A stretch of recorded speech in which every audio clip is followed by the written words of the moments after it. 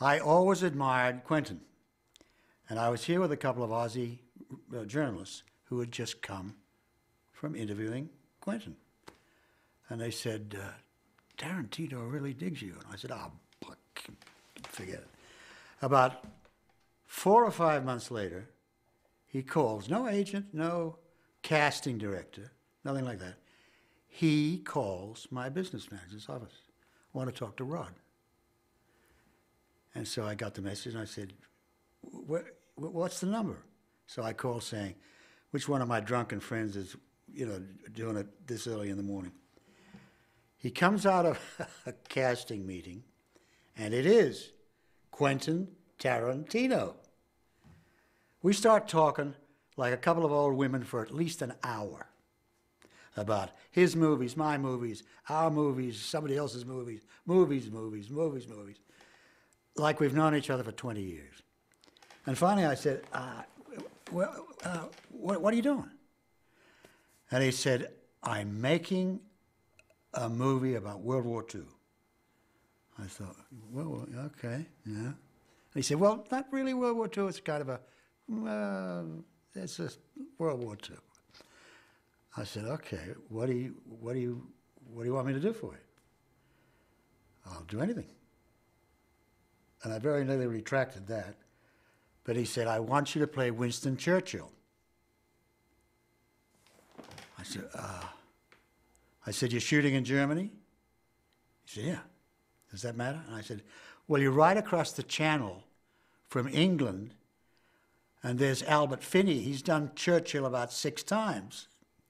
And he said, if Rod Taylor turns me down, I'll call Albert Finney. Well, there's your friend for life. I would have done anything for you.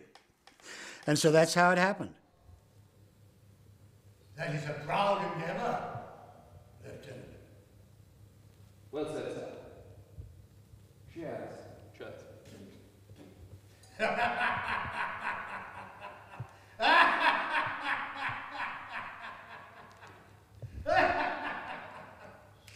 Cut.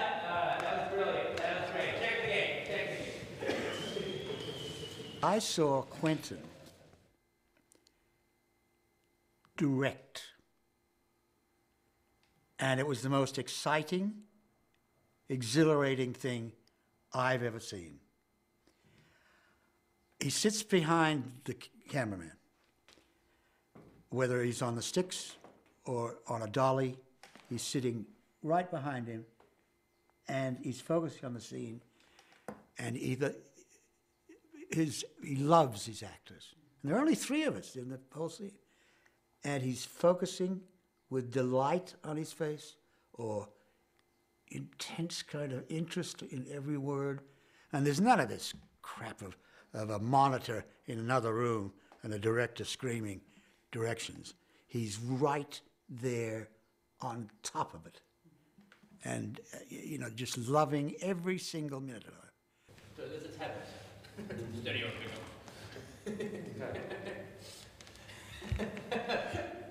okay, I'm sorry, I fucked it up.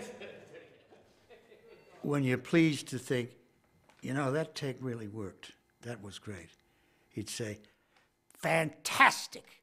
Let's go again. And you think, what? And he said, why we go again? Because we love making movies. We're going to do one more. Why?